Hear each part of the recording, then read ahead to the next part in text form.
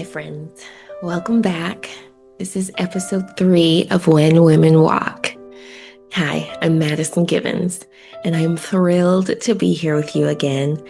I have a very exciting and hopefully different story for you today. Something that maybe sparks your intellectual curiosity and you want to learn more. And I also, like I promised, I want to remind you to take a deep breath. I hope you're in a space where you feel safe, you feel warm, and just ground yourself right now. I know where I am, we're just getting out of the ice storm or winter storm Fern, I believe it was called. And I'm very thankful for my health, my safety, my family's health and safety throughout that storm. So I hope all of you can say the same. But this is not why you're here. You are here to learn about another woman who really confounds the narrative. So before Rosa Parks refused to give up her seat, a 15-year-old girl did. And her name was Claudette Colvin. And history decided she was the wrong kind of girl. She was too young, too loud. Her skin was too dark. She was too emotional, too poor.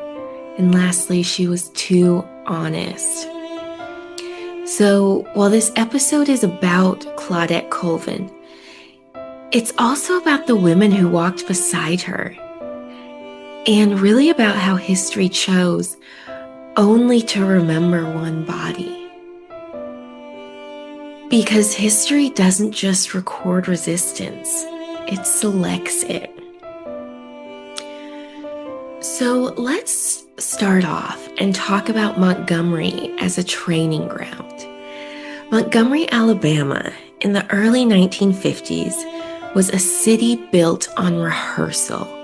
Segregation was practiced daily, as if it was a ritual. On sidewalks, in stores, on buses, Black children learned early where their bodies were allowed to be. And Claudette Colvin learned this choreography, but she still rejected it. She attended Booker T. Washington High School. She studied Black history. Leaders like Harriet Tubman, Sojourner Truth, and Frederick Douglass. And she later said, "I knew then and there that I had rights." This sentence is so important. So I'm going to read it again because you know I love to do that. I knew then and there that I had rights. Period. That sentence is quiet, but it is radical. Because no one had ever needed Claudette to believe that. In fact, most hoped Claudette would never learn and or believe that. So let's fast forward to the bus incident.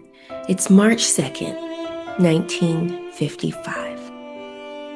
Claudette boards the bus after school like she's done day in and day out. She's still wearing her school clothes. She's still carrying her school books. And when the bus fills, which mind you, Claudette is sitting in the colored section, but the bus fills up and the driver demands that she stand.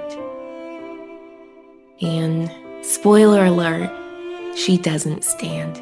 She stays seated. The police arrive and they pull her from the bus. She resists. She's loud. She's fighting. And later, Claudette would say, and I love this line so much, Claudette would say, "Harriet Tubman and Sojourner Truth were pushing me down in my seat." Harriet Tubman and Sojourner Truth were pushing me down in my seat. That sentence tells you everything. I mean, how beautiful is that? This was not an instinct that she had, but this was a lineage, a connection to Black women who came before her, who were fighting the same fight. So Claudette is arrested. She's jailed, and she's charged with assault. This 15-year-old girl is charged with assault of a white police officer. 15 years old. She's a child. She's treated as a threat, as dangerous, but not because of her physical violence, because of the movement she could start. So why was Claudette not the face of the movement? So the NAACP, the National Association of Colored People, knew that Claudette mattered, but they also knew how dangerous she was, but not to segregation, to respectability politics. She was 15. She was outspoken. She was darker skinned. She came from a working class family. Her father struggled with alcoholism.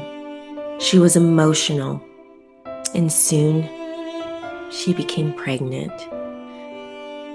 So history prefers its heroines calm. It prefers women who can be framed as accidental, not calculated. But Claudette was neither. And she later said, "They didn't want me to be the face." And so this is where history often gets rewritten as inevitability. But it wasn't inevitable. Choosing to not have Claudette as the face of ending segregation was strategic. But she was not alone, and we need to remember that. So Claudette Colvin might have been the first, but she was not alone. Before December 1955, 3 other Black women in Montgomery refused to give up their seats. And history narrowed this story. But you know what did not? Resistance. Resistance did not narrow these women's stories. So I want to take us on a brief tangent, if you will.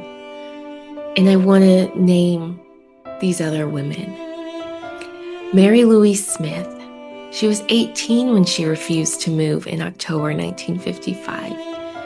And like Claudette, like Rosa, she was arrested, she was fined, and she was humiliated.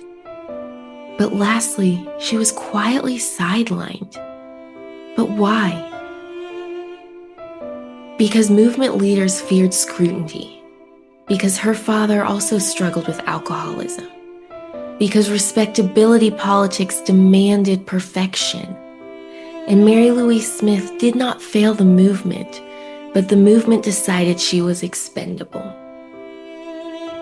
So let's move on to Aurelia Browder. She was older, a mother, working class, and she too refused to give up her seat. She was arrested, but her name would quietly become law, because the case that actually ends bus segregation was not named after Rosa Parks. It was not named after Claudette Colvin. It was called Browder v. Gale, Aurelia Browder. So while many of us might not have known about Aurelia Browder before today, her name is etched into legal history, even if we forget or haven't realized that we need to say her name out loud. And then there was Susie. There was one more woman. Her name was Susie McDonald. And Susie was in her 70s. She walked with a cane. She suffered not only from arthritis, but also heart problems. And she was not trying to make history.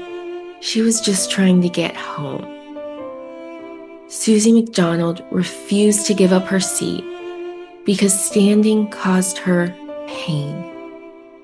And that matters. because her refusal was not framed as protest. It was framed as simply inconvenience. And while Susie did not shout, she did not resist arrest dramatically. She did not become a symbol. But you know what Susie did do? She testified.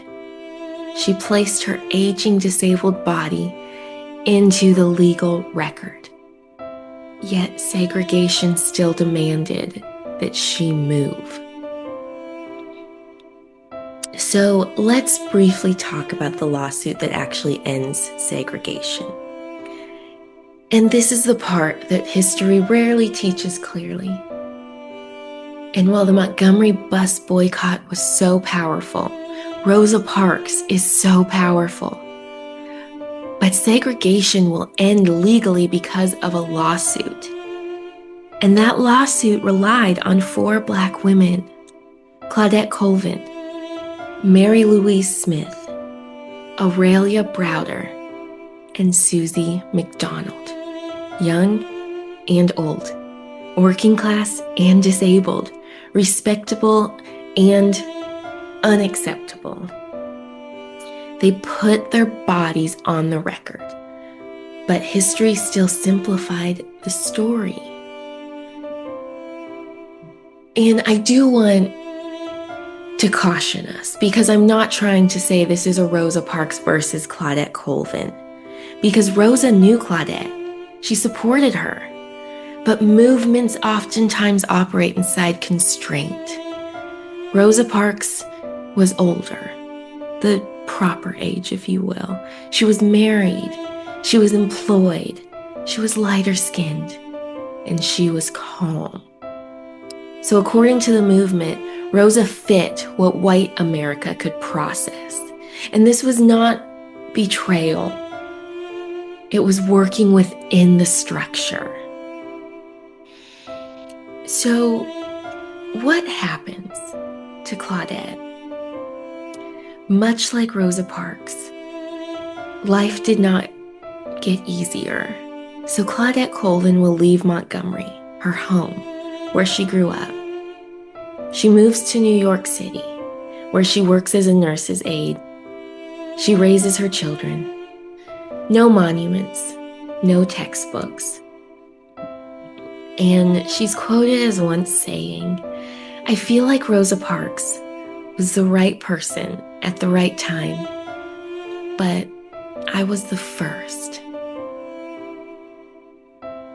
So again, I was the first. And she could have added, and I was not the only one. So Claudette Colvin was not wrong. Mary Louise Smith was not forgettable. Aurelia Browder was not incidental. Susie McDonald was not invisible. But they were too young or too old, too poor, too ordinary, if you will. But you know what? They walked anyway. So this is when women walk. And sometimes history lets you walk, but refuses to walk alongside you. So in closing, I want to thank you so much for joining me today. Again, I'm Madison Givens, and this is When Women Walk. And I'm thrilled to have you, and I'm so excited to see you in next week's episode.